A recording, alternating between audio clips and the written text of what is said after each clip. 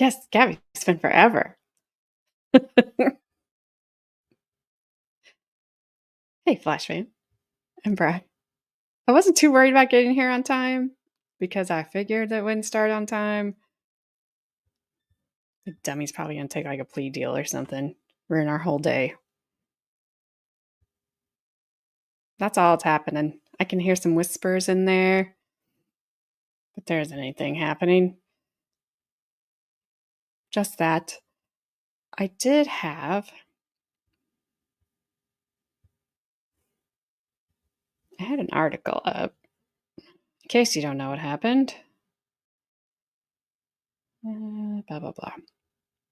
Yeah. I don't know. Hey, Dave. How are you? I don't know where everybody is. I think if she pleads out, I'm gonna be so mad. I'm gonna be so mad if she's like, I don't want to waste your time. Already wasted enough. That's it. I'm done.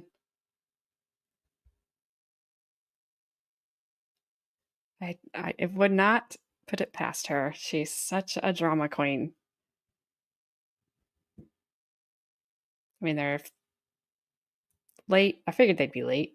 Most courts are late, but she could say that because she would get attention again. It'd be brief, just like this whole trial. This thing is scheduled to go till mid-May. Ugh. I don't know what we'll do it that long.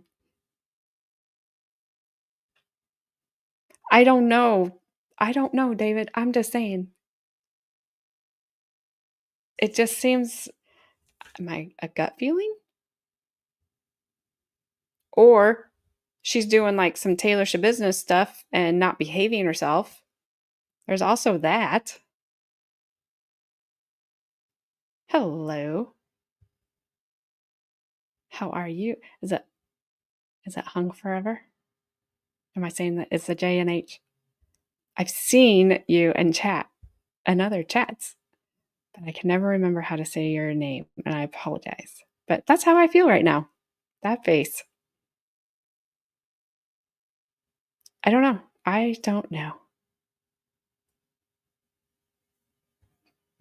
These folks like to drag things out so they can be be out of their cells, get better food. I don't know. There's something in my gut that's saying it's saying things.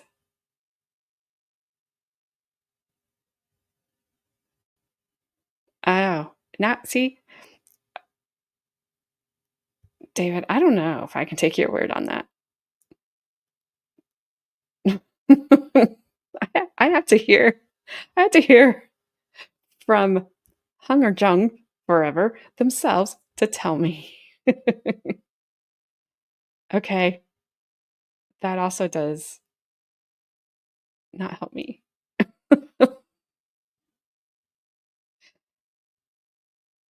Young. Young forever. Got it. Thank you. I'm learning.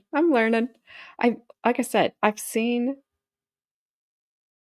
have seen Young Forever in chat. I've heard their name in chat, but then I am horrible about the second way I said it. Jung is a J sound. I am horrible with YouTube names. She's a white Midwesterner with red hair. Goes by a Korean name, so we just call her whatever we want. Hey, I am a white Midwesterner, so we ought to get along just fine. You're in Michigan, David. I'm below you in Indiana. And it is very nice to meet you. And David, keep all your storms up there. I don't want any more. We are flooding down here. So keep your water too. You don't have red hair? It looks a little red in your picture. If that's you, there's that.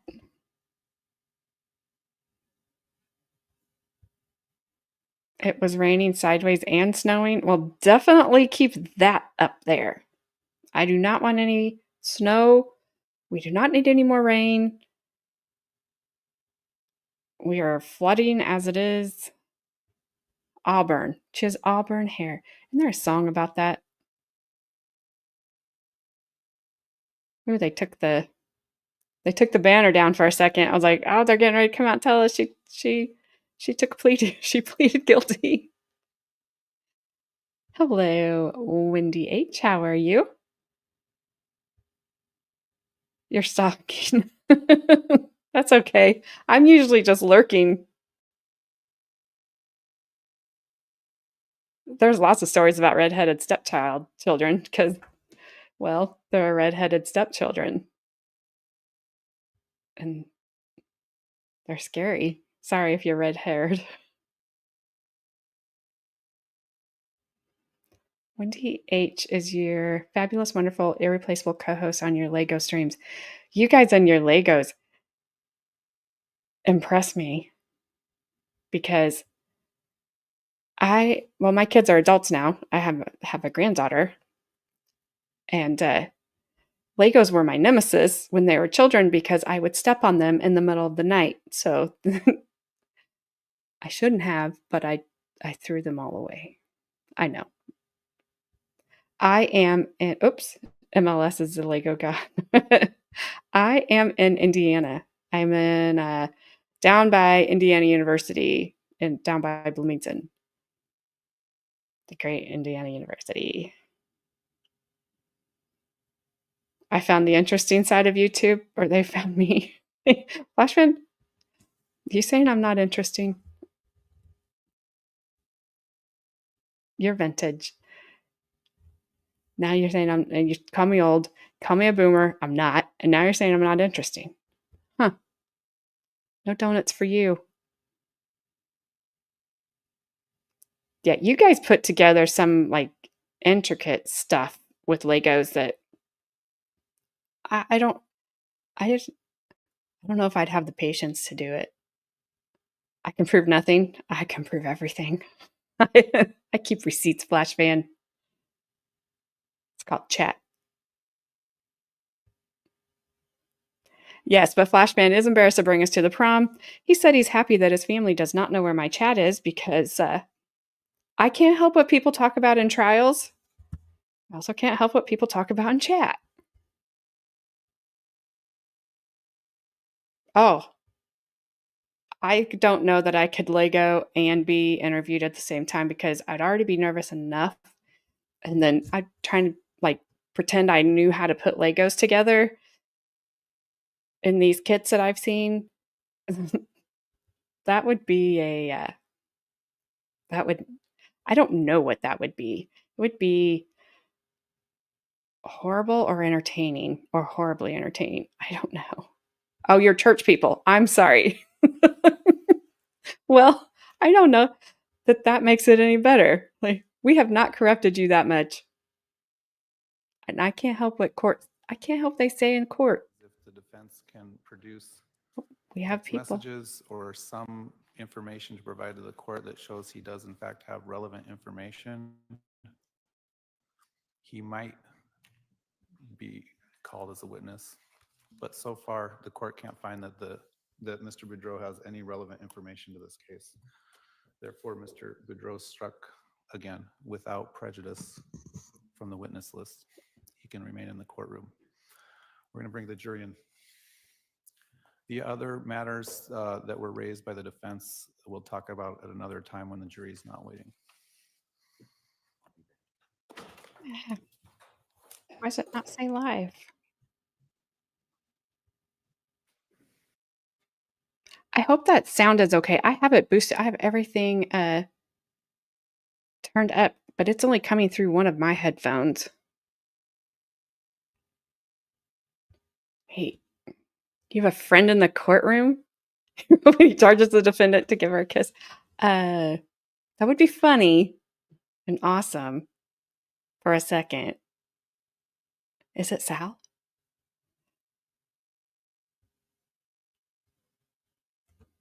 He lives in Arizona. I could see him doing it. I know, but I've got everything turned up. It is Sal. Aha. I bet he is. Maybe he's why it's not started yet. Maybe he did it. This is not 1992 audio. We've been watching the Eileen Warnos video from January 92. That audio in there is amazing compared to what we get today. We should have it. Should be better. You did not tell him to do it, but he's the type that would do it. Okay, now I kind of want to see it because it's Sal. That would be funny. Probably get him arrested. He'd be on the news. I thought they were bringing the jury in. Hey, Ronnie.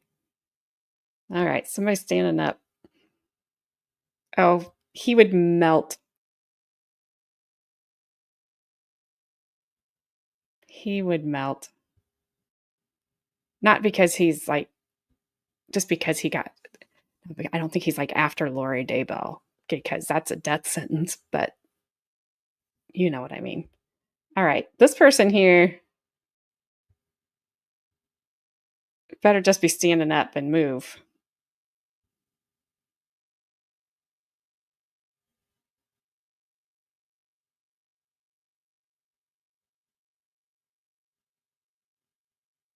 All right, Judge, unmute yourself.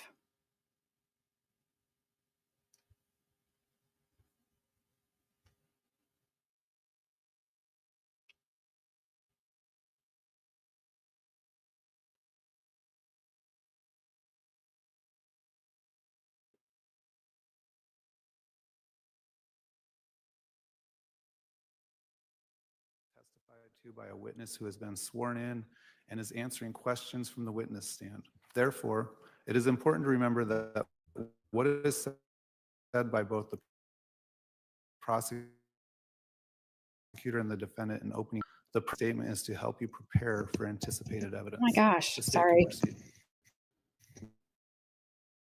Thank you, Your Honor.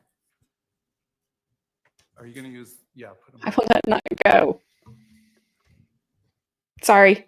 Really, I'm a professional. I wasn't muted. Thank you. It wasn't me this time, Flashman.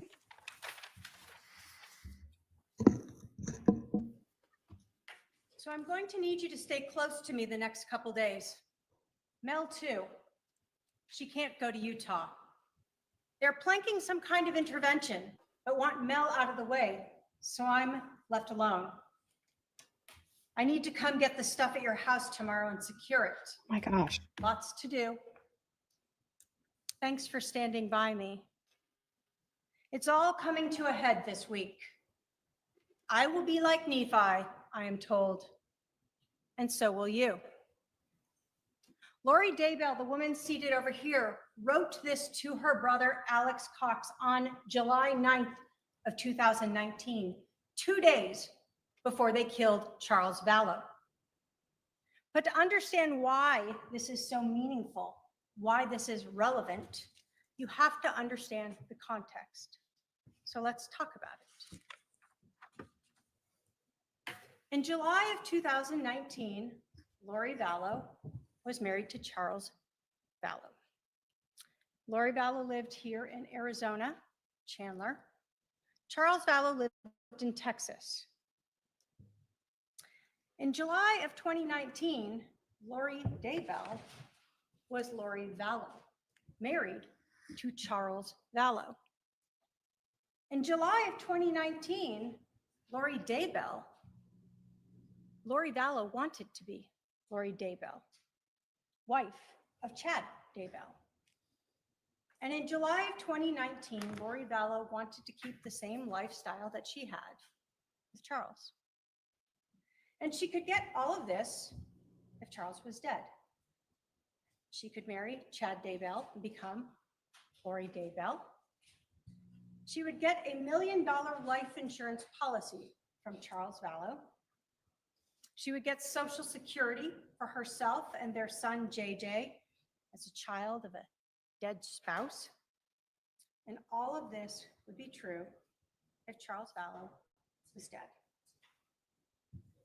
So what about Nephi? Well, Lori Vallow, Chad Daybell, and Alex Cox all believed that those who disagreed with them were dark, possessed by evil spirits, sometimes called Z's or zombies. Sometimes they had names for these evil spirits like Ned.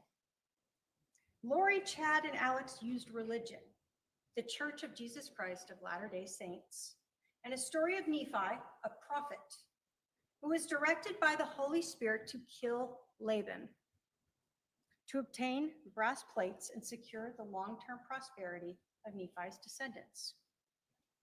Lori used this religion and the story of Nephi as justification to kill Charles Vallow, just like Nephi killed Laban. On July 9th of 2019, Lori Vallow invoked Nephi when she messaged Alex to provide them with that religious authority to kill Charles. After months of trying to get rid of him, they were finally ready to be like Nephi. So how did this begin? We go back to 2018. Lori Vallow met Chad Daybell. You will learn that in November of 2018, that Chad Daybell came to Arizona for a Preparing the People conference. And he and others stayed at Lori and Chad's house. Charles was actually out of town with JJ. Lori and Chad acted as if there was nothing between them, but nothing could be further from the truth. By January of 2019, Lori Vallow claimed that Charles Vallow was possessed by an evil spirit that she called Ned. You will see text messages where Lori and Alex refer to him as Ned. During this trial, you're going to hear from some women who initially were close in Lori's circle. These women will tell you they met her through the Preparing the People conference. They are spiritual women within the LDS church. And initially they found Lori's spirituality infectious.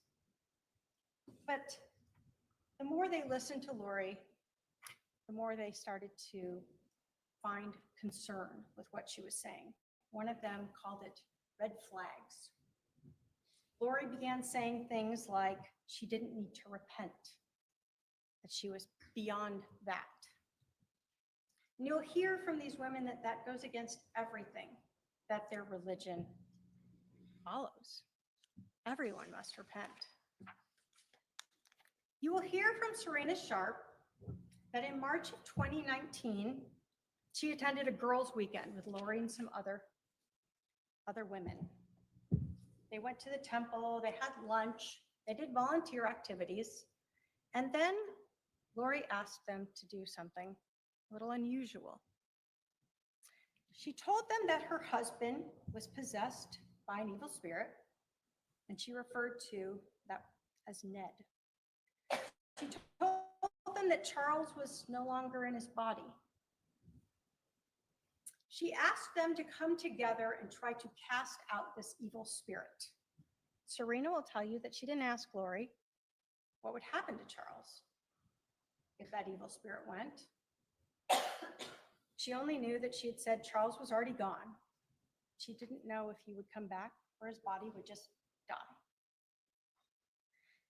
Later that month, on March 26th of 2019, Alex Cox texted his sister, Lori Vallow, and said, quote, "Ned is still alive, just confirmed." Lori responded, "It's not Ned. It's a new one. Ned is gone.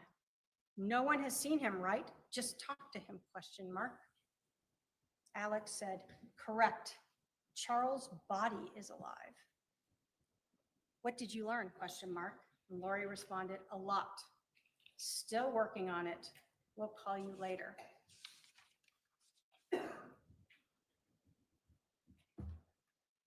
As the Year went by, Lori and Alex became more determined to get rid of Charles Vallow's body, whatever they wanted to call him. You will hear from Christina Atwood that she attended a gathering on June 9th of 2019. Again with Lori and some close friends, but this time Alex Cox attended. This was the first time she had met him. Christina will tell you that she heard Alex say that he just wanted to kill Charles. In fact, she heard him say this a couple times. And she heard Lori say in response that she had been drugging Charles, crushing up JJ's pills and putting them in Charles's protein drinks. Christina will tell you she was so disturbed by this that she actually went and confronted Lori the next day and told her that if Charles ended up dead, she would have to go to the police. That's how disturbed she was. Now, Lori, of course, said it was all a joke. What else could she say? But 1 month later, Alex and Lori created that situation to be like Nephi and killed Charles. What about Charles? You're going to learn that Charles and Lori had been together for a long time. They had adopted one of Charles's family members' children, JJ. JJ was everything to Charles. JJ was the reason Charles and Lori were still together. You'll learn that Charles knew about Lori's beliefs, that he was called Nick or Ned or some name. You will learn that Charles told a lot of people about this. And on February 26th of 2019, Charles made a big decision. He had a $1 million life insurance policy, and his wife, Lori Vallow, had been the beneficiary. He changed it. He changed it to his sister, Kay Woodcock. You will learn he did not have to notify Lori about it, and she had no idea. You'll learn that Charles desperately wanted to bring Lori back to the Church of Jesus Christ of Latter-day Saints. You will learn that he was close with Lori's brother, Adam, and he was reaching out to him during this time period. You will hear from Adam. Adam will tell you that he himself had heard the defendant say things that were outside the LDS religion, that she was translated. Charles was possessed. He knew she was no longer following the LDS faith. Then, June 28th, Charles found out that Lori and Chad were having an affair. You will hear that he reached out to Lori about it, Chad's wife, and out to Adam Cox about it. Now you're going to hear about a lot of these things because the police executed numerous search warrants. You're going to hear that they executed search warrants on cell phone records, cell tower records, and iCloud accounts. You're going to learn that an iCloud account is basically a service through Apple where you can store everything. Photos, emails, documents, whatever you want. This can be intentional, or sometimes it can be unintentional. Your phone or your computer may be saving items there without you even realizing it. You'll learn that for years, Lori Vallow had an iCloud account that was loriforstyle@icloud.com. But after Charles learned about Chad Daybell on that June 28th, she created a new iCloud account, lollytime@icloud account. Many of these text messages between Lori and others that you're going to hear about at trial were recovered from those two iCloud accounts. You're also going to learn about Charles's cell phone.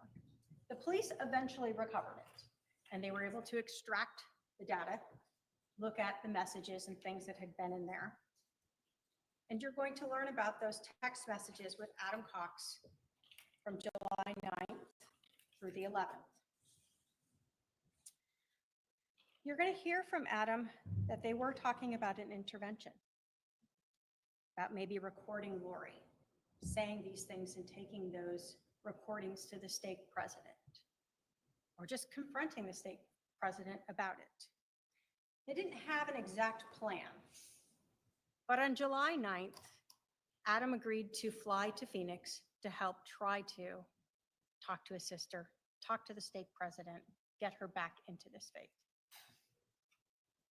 Ultimately, Adam flew to Phoenix on the 10th, as did Charles. Adam will tell you that he actually, when he got his reservation on the 9th from Charles, reached out to his brother, Alex. He asked to stay with him. And Alex said, sure. You'll see phone records. They had a conversation about it. But when Adam flew into Phoenix on the 10th, remember, that's after that message by Lori that he needed to stay close to her. Adam tried texting his brother. Adam tried calling his brother, and Alex didn't respond. Adam didn't know that his brother Alex had been summoned to help his sister Lori be like Nephi, that it was time to kill Charles. The text messages from Lori to Alex about that intervention that she knew about and being like Nephi show that by the evening of July 9th of 2019, Lori knew that Charles was trying to have an intervention. An intervention. In that text message, remember, she said they are trying to have an intervention. She knew it was Charles and others. She also told her brother he had to stay close for the next couple days because she knew that she was going to be seeing Charles on the 11th when he came over to pick up their son, JJ, to take him to school. She told him, it's all coming to a head this week. I will be like Nephi, I am told, and so will you. A few minutes after Lori had texted Alex that message on July 9th that they were going to be like Nephi, Alex called his sister Lori, and they talked for over 56 minutes, planning how they were going to get rid of Charles. Alex would stay close with his gun, and he and Lori would be like Nephi. July 10th of 2019 is a day before Charles was killed. We know from text messages that by 7:18 p.m., Alex was already at Lori's house. He brought a garbage bag with some clothes and an orange duffel bag with his .45 caliber handgun and 2 extra magazines of ammunition. He was prepared. We also know that the evening of July 10th, Charles sent a message to Lori letting her know that he would be over at 7:30 a.m. the next day to pick up JJ, to take him to school. Lori and Alex knew exactly when this murder would happen and where it would happen. They just had to make sure that Charles stayed in the house. You'll hear that on the evening of July 10th, Charles spent his last night alive on a date. He had been on several dating apps and appeared to be moving on. You will hear from his date, Nancy Jo, that she and Charles had met on an LDS dating site a few days before. You will hear that she had talked to him and texted him for hours. Sometimes they would talk for 3 hours on the phone. Nancy Jo will tell you that Charles told her about everything of his relationship, his wife's beliefs, everything that was going on. And he had told her about this change to the beneficiary of his life insurance. She will tell you it sounded like a lot of drama, but she still was interested and wanted to meet this person, and so they met that evening for dinner.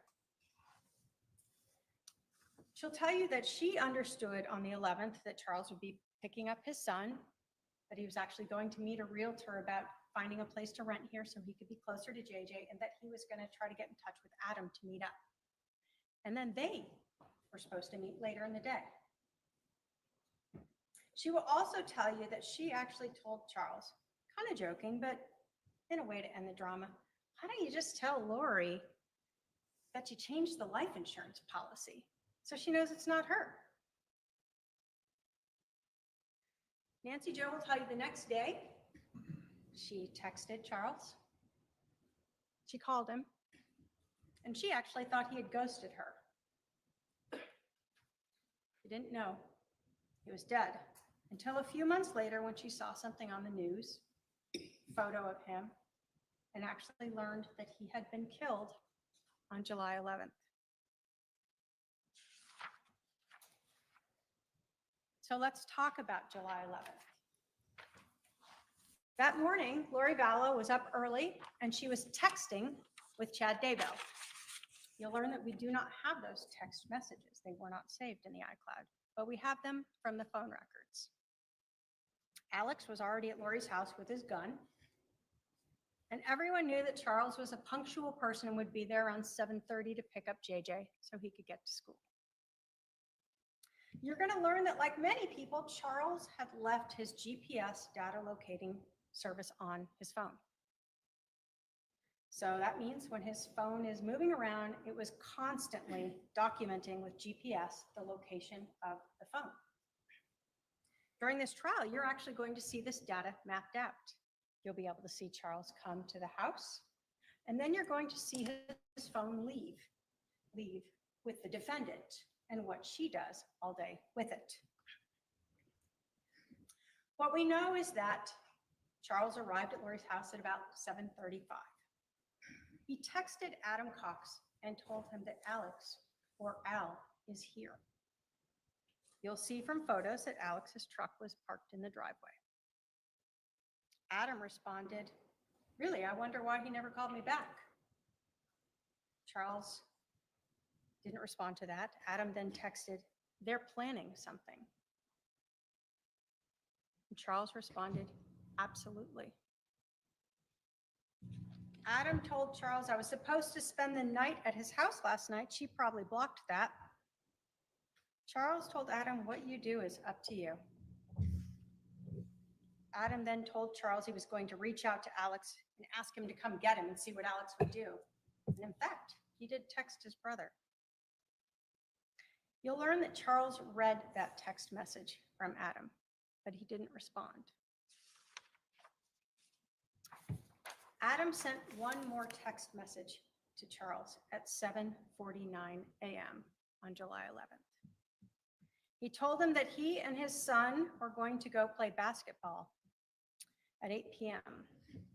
to look for a specific church leader who was usually there and have a conversation with him. Charles Vallow never read that message, but you will learn that Lori and Alex did. Charles went to the front door of 5531 South Four Peaks Place, a house that he had rented for his wife, Lori Vallow, a house that he paid for. Charles would have had to knock on the door, alerting Lori and Alex that he was there. He got JJ, put him out in the car. And then Lori Vallow created the reason to keep Charles from just leaving with JJ. Lori Vallow wanted to stop this intervention. Lori Vallow wanted to stop Charles and Adam from trying to take her temple recommend away.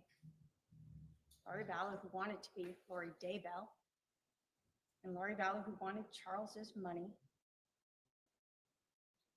So Lori took Charles's cell phone, and she refused to give it back. Lori Vallow, or Lori Daybell, whatever name you want to call her by, is why Charles didn't just leave with JJ that morning. Lori Vallow is why Alex was able to shoot Charles. Lori Vallow is why Charles is dead.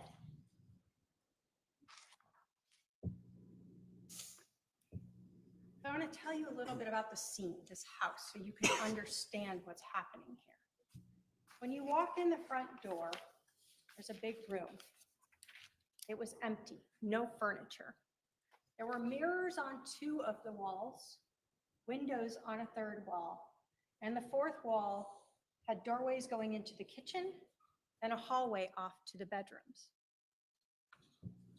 This is where Charles Vallow was killed. This is where Alex Cox shot him 2 times. The first shot to Charles Vallow was to his chest. It exited out his back. Charles Vallow fell to the ground. He put his left hand to this wound, and blood transferred onto it. You will hear from the medical examiner that this shot went through his heart, and that a person can take seconds to up to 2 minutes to die from that type of wound. You will hear that a person can still talk and move after they're shot in the heart.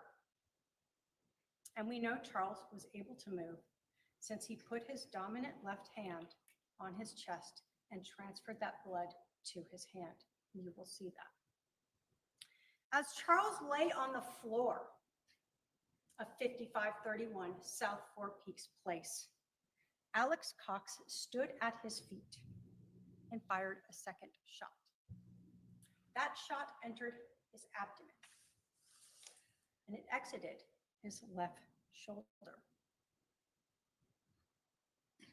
The angle was significantly upward. Dr. Baumgartner, who is the medical examiner, will tell you that this wound was shored. You will learn that shored means that there was something hard behind that wound. So when the bullet exited it, it caused a different tearing pattern than the other wound that exited Charles's back.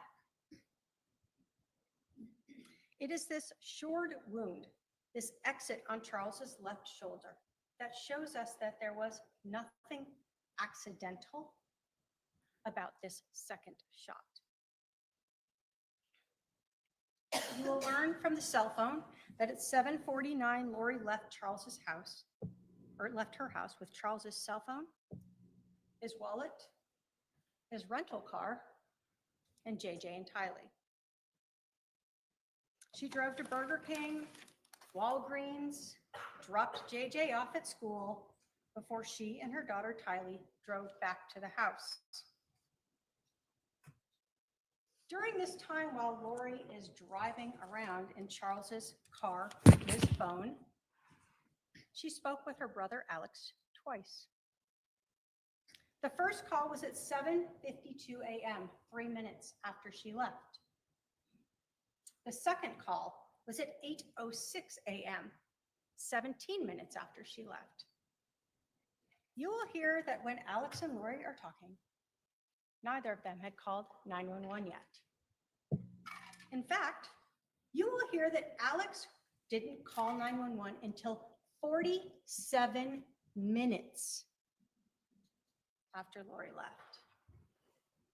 Charles Vallow lay dead on the floor of that house for 47 minutes before he called 911. During this 47 minutes, Alex began staging the scene and making mistakes. You're going to learn that the police found a bat that was located on the right side of Charles to the north of his head. Like he had been holding it, and when he was shot, it fell, it dropped, it rolled up against one of the walls that had mirrors on it. What you're going to learn that is, Alex forgot that Charles was left-handed. In fact, you're going to learn that Charles was a semi-professional baseball player. He pitched and he batted left-handed. So that bat was on the wrong side. Next, you're going to hear about an injury to Alex himself. Lori had told police that Charles hit Alex in the head with this bat before Alex shot Charles. Classic self-defense. But in all cases, we must look at the physical evidence because it doesn't lie. And the physical evidence doesn't have a bias or a memory loss.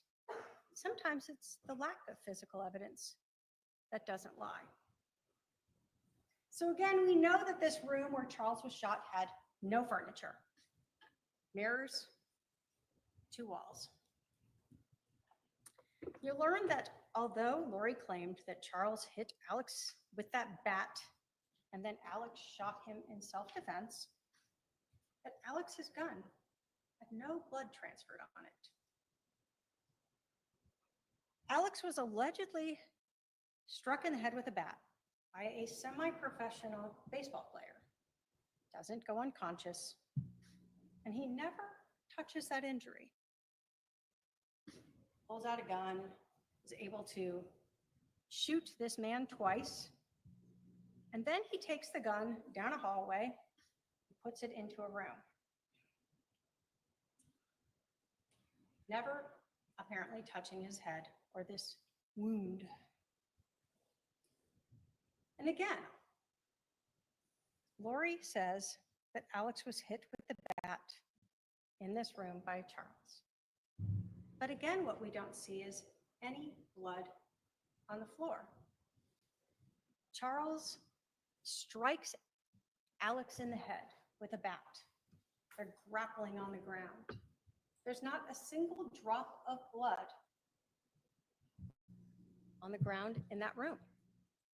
There's pooling of blood around Charles as he lay there on the ground. There's not a drop of blood going down the hallway to where Alex put the gun. There's not a drop of blood in the room where Alex put that gun. There's not a drop of blood on the floor in the kitchen where Alex went to go wash his hands. There are no towels, sheets, clothing, napkins with blood on them, where Alex was holding his head and trying to stop this bleeding from this injury. You will see on body-worn camera, Alex Cox, who's on with 911, come out of the house. He will have a phone in one hand and his other hand up, and you will notice that he actually has a pair of sunglasses resting on the top of his head. You will see at some point, Alex sits down and they ask him to move to another location. They talk to him for a while, and then you'll see him eventually touch his head a few times, and then he obtains a napkin or towel, something, and you'll see him at times rubbing his head, patting it. That is the only bloody item you will see. Those sunglasses on Alex's head. He is struck in the head by a baseball player while grappling on the ground. He then pulls out a gun and shoots his brother, puts away this gun, deals with his injury, and yet those sunglasses are still right there on the top of his head. No blood on the floors, no blood on the gun, no damage to the mirrors, bat on the wrong side, a lack of physical evidence to help support this self-defense claim. Next, trajectory. The medical examiner will talk to you about the trajectory through Charles's body.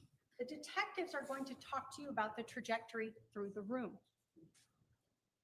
Dr. Baumgartner will tell you that the trajectory of that first shot to Charles, the one that went through his chest, through his heart, and out his back, was front to back and slightly downward. It will be less than an inch downward.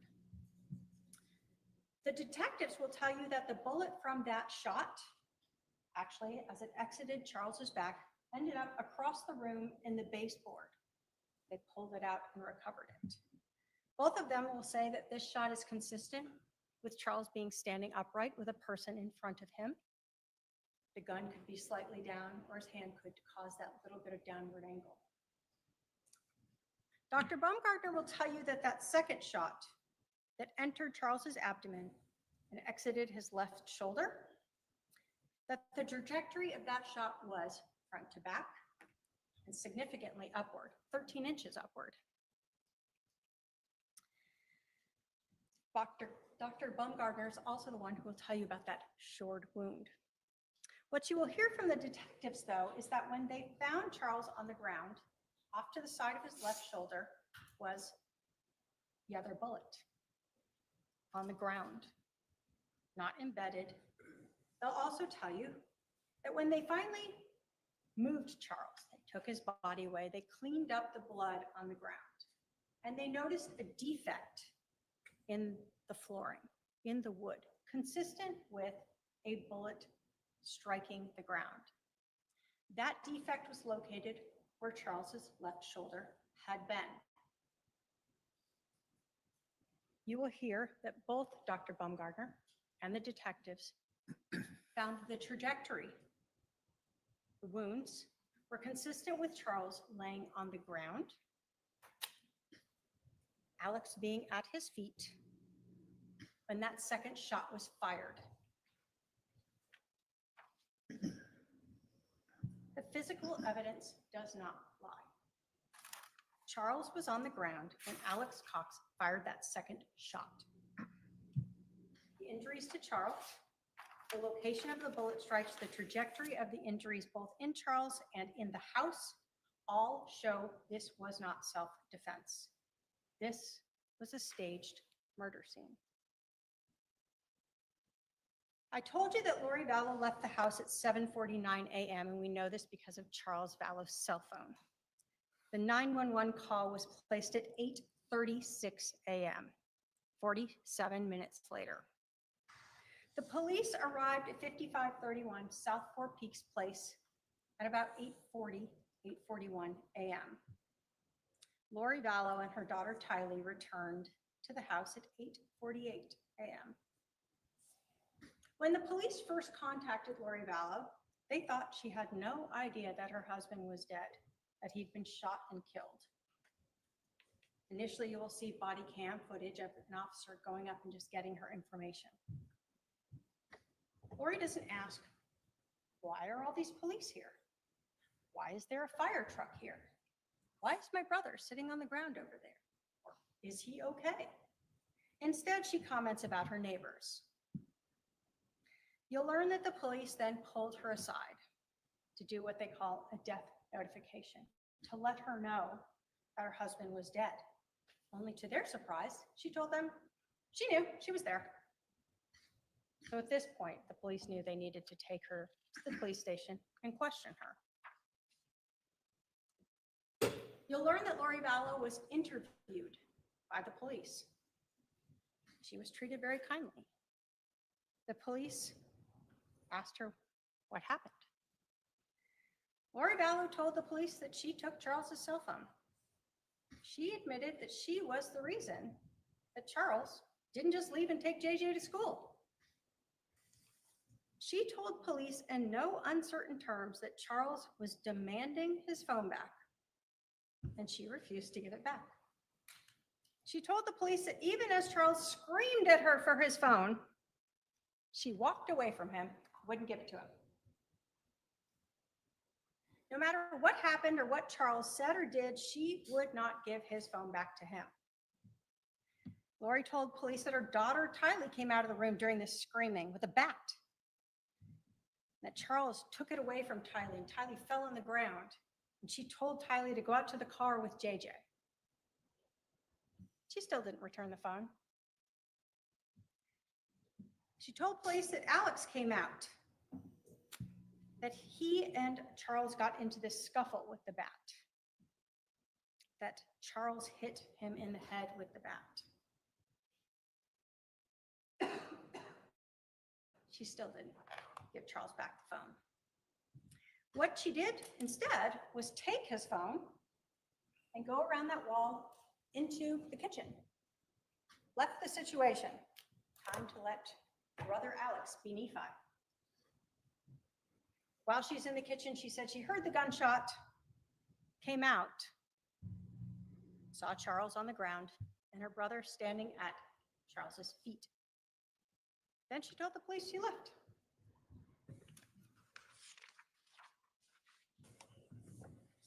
You'll learn that the police actually had no idea that Lori still had Charles's phone. Even when they're interviewing her, she still had it.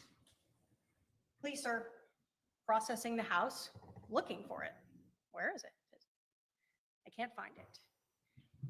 Later in the afternoon, you'll hear that the police actually called Lori and Alex and asked them to come back to the scene. And when Lori arrived, they told her they couldn't find Charles's phone. And she told the detective that she found the phone in the car.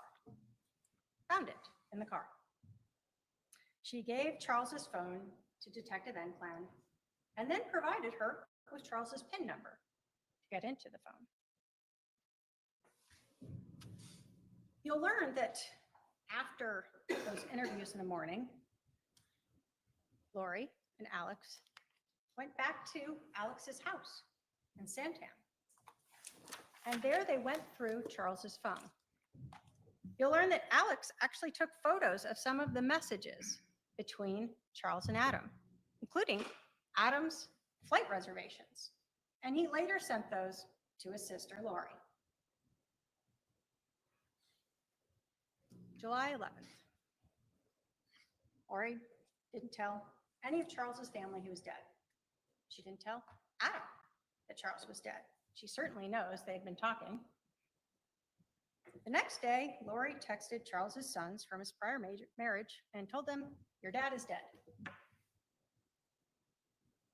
Charles's sons reached out to their Aunt Kay about this, and you'll learn that Kay and her husband had to Google this, see if it was true.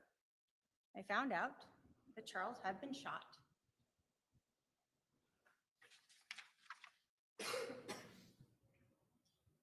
So what about the money? That life insurance policy. Charles Vallow had $1 million life insurance policy. When he got it, his wife, Lori Vallow, was the beneficiary. We know that Charles died on a Thursday, July 11th. That next Monday, July 15th, Lori Vallow called Banner Life Insurance. The call was recorded and you will hear it. She told the agent that Charles had been accidentally shot. It was an accident. And that she was the beneficiary. Both of those statements are not correct. There was nothing accidental about that shooting, and she was not the beneficiary. 3 days later, on July 18th, Lori Vallow learned that she was not the beneficiary. Banner Life Insurance could not and would not tell her who Charles had changed it to. But Lori was angry about it. And you're going to learn that on July 18th of 2019, there's another very important text message in this case. The first one on July 9th between Lori and Alex when they discussed being like Nephi. And on July 18th, 7 days after Lori and Alex killed Charles and Lori learned she is not getting $1 million life insurance policy, she sends a message to Chad Daybell. Quote, "So I talked to the insurance company. He changed it in March. So it was probably Ned before we got rid of him. You can't tell me who, of course, but it's done. I'll still get $4,000 a month from SS." In this text message, Lori tells Chad that it was probably Ned, that evil spirit inhabiting Charles's body, that changed the life insurance policy before they got rid of him, before they killed him. After Lori found out that she was not the beneficiary, she was so angry that she actually went through Charles's laptop, found the beneficiary change form, sent photos of that to Chad. She also confronted Kay about it. The $1 million she had expected to get was gone. But as Lori told Chad on the 18th, she was still going to get money from the death of Charles. Lori knew already that a month before going to see Social Security, how much money she would get for JJ and for herself as a caregiver as a result of Charles being killed. $4,000 a month.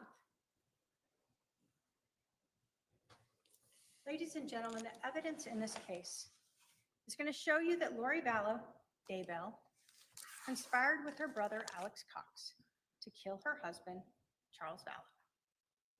When Charles let Lori know he was coming into town, she quickly got the pieces into place. Alex came to her house with a gun.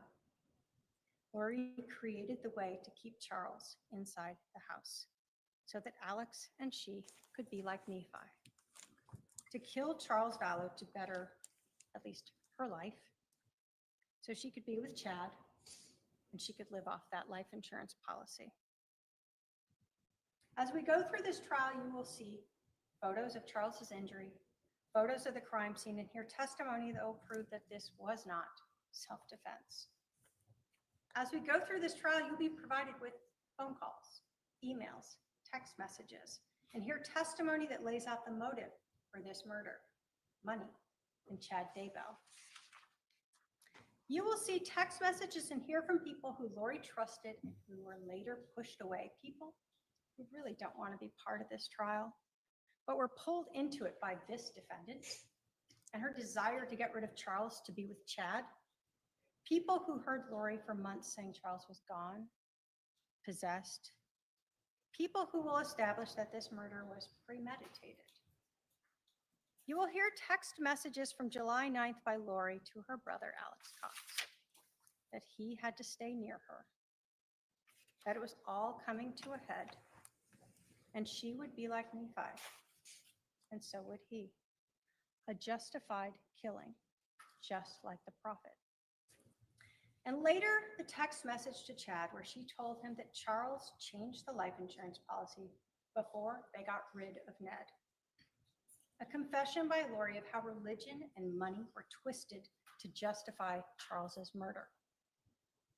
At the end of this trial, the state will come to you and ask you to hold the defendant responsible for the death of Charles Vallow and find her guilty of conspiracy to commit first-degree murder. Thank you.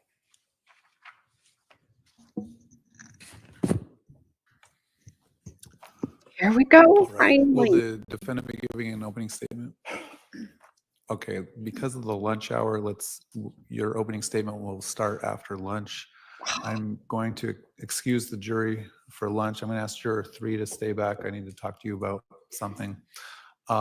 Please remember the admonition, jurors. We'll see you. Let's start. Everyone be back in the jury room about 1:20 p.m. and we'll resume at 1:30. Thank you. All rise for the jury. Seriously.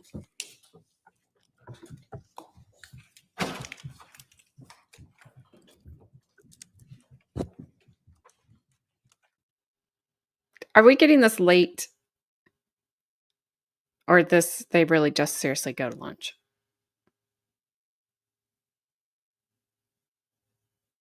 Are you serious? Oh my gosh.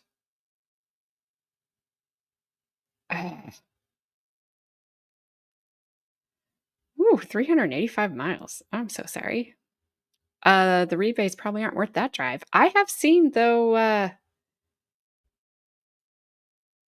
I've seen people save hundreds and hundreds of dollars with their rebate. They're in lunch. They went to lunch. That we got an opening and then now they're in lunch. Oh my gosh.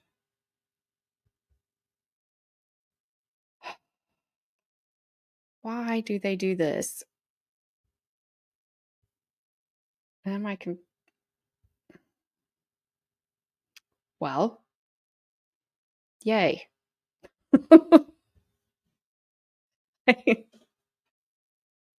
Now what? An hour and a half? Is that what you're saying?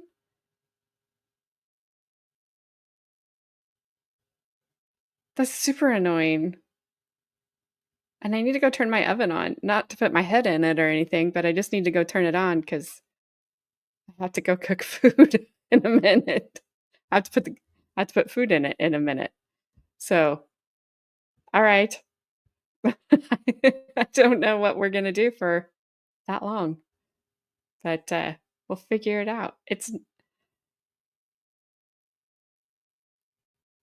Oh my goodness. Somebody better start dancing. Flash fan, I nominate you.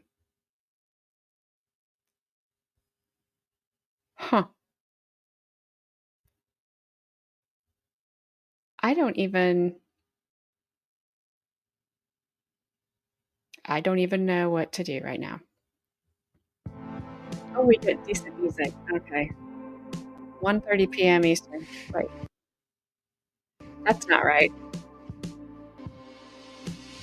Overruled. It says the jury will return at 1:30 p.m. Eastern time. That is not correct. There we go. 4:30 p.m. 4:30.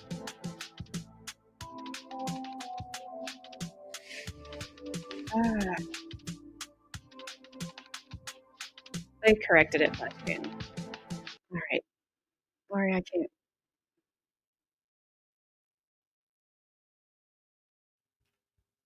Well, are we caught up on everything from her case? I didn't do well because our other one wasn't just the audio was released for her first trial, which was ridiculous. I didn't even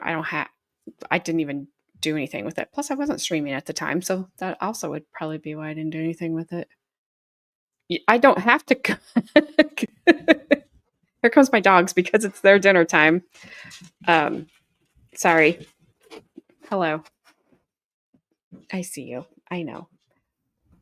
I don't have. I just really. I really. I just have to put it in the oven, but I have to go preheat the oven so I can put it in the oven.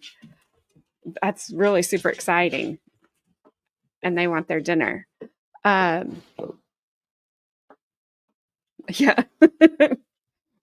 It's pre-made. We made my husband made a casserole last night for tonight, and I just have to go put it in the oven.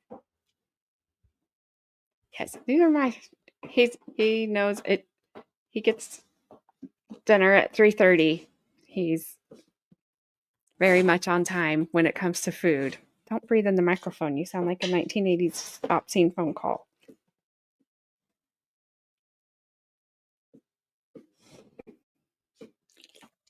Casserole. What do you have for lunch, Bon? This is Hank.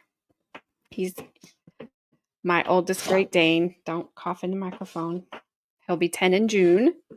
The very first one that came up and yawned was Hera. She's 3. She's my other Great Dane. And somewhere around here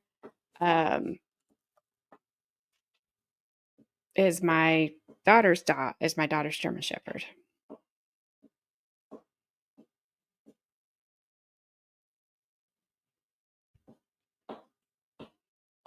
I don't even know what that is, Bon. Look, they say hi to you. You're just like, I just want food. Oh, they're wonderful dogs. I've never read Hank the Cow Dog. I can't show you the shepherd because she won't come in here because Hank's in here. You know, Hank's the one that made everything look like a crime scene right before a stream one day because he got her for whatever reason. He wanted to bite her and bit her ear.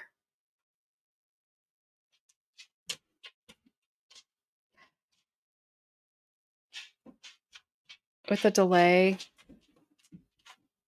I can come back at 5. I might do that. Or 4:30. I might do that because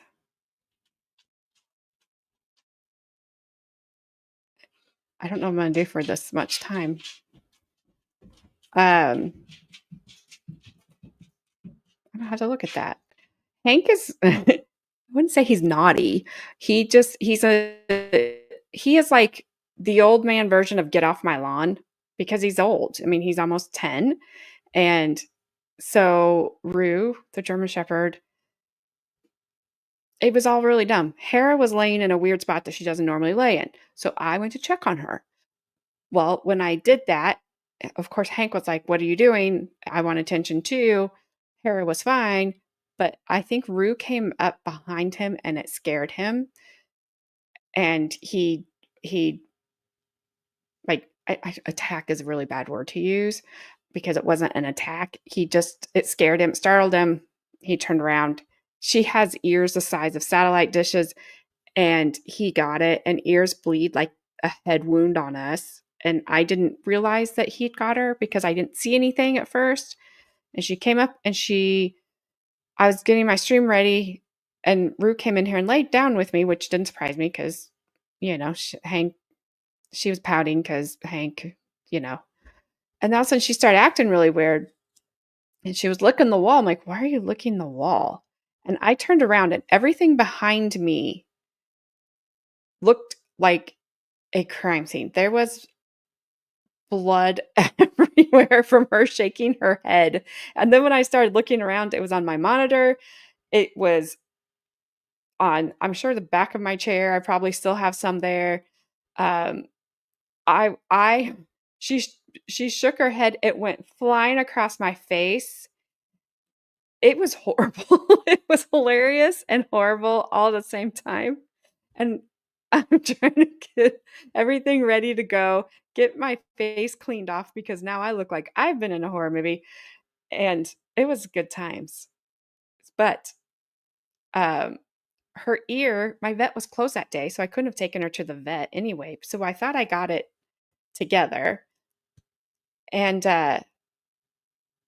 it stayed together for a little bit until it didn't. So now her ear has about this long of just a perfect line of like a slit. I don't know what else to call it because it's a perfect straight line. So her ear, it's like giving you the peace sign all the time. But he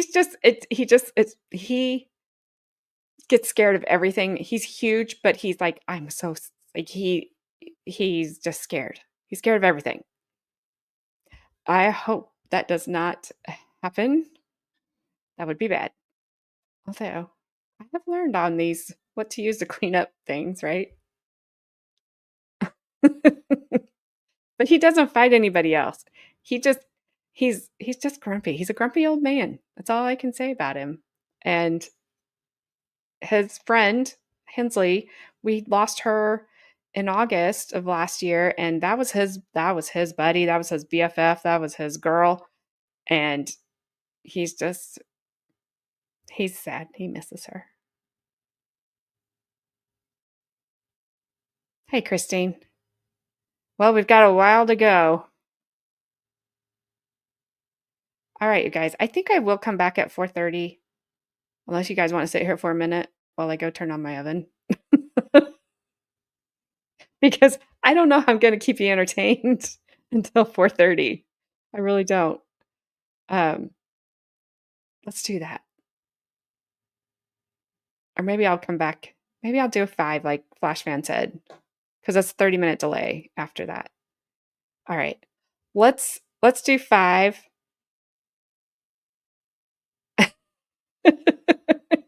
Because rebates are awesome. All right.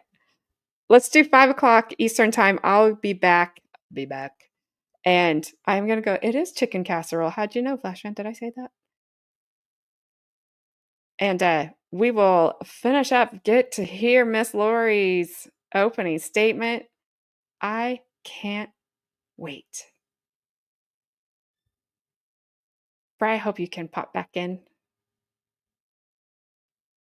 Alrighty. I'll see you guys all at 5 o'clock. And yeah, that's what we're going to do.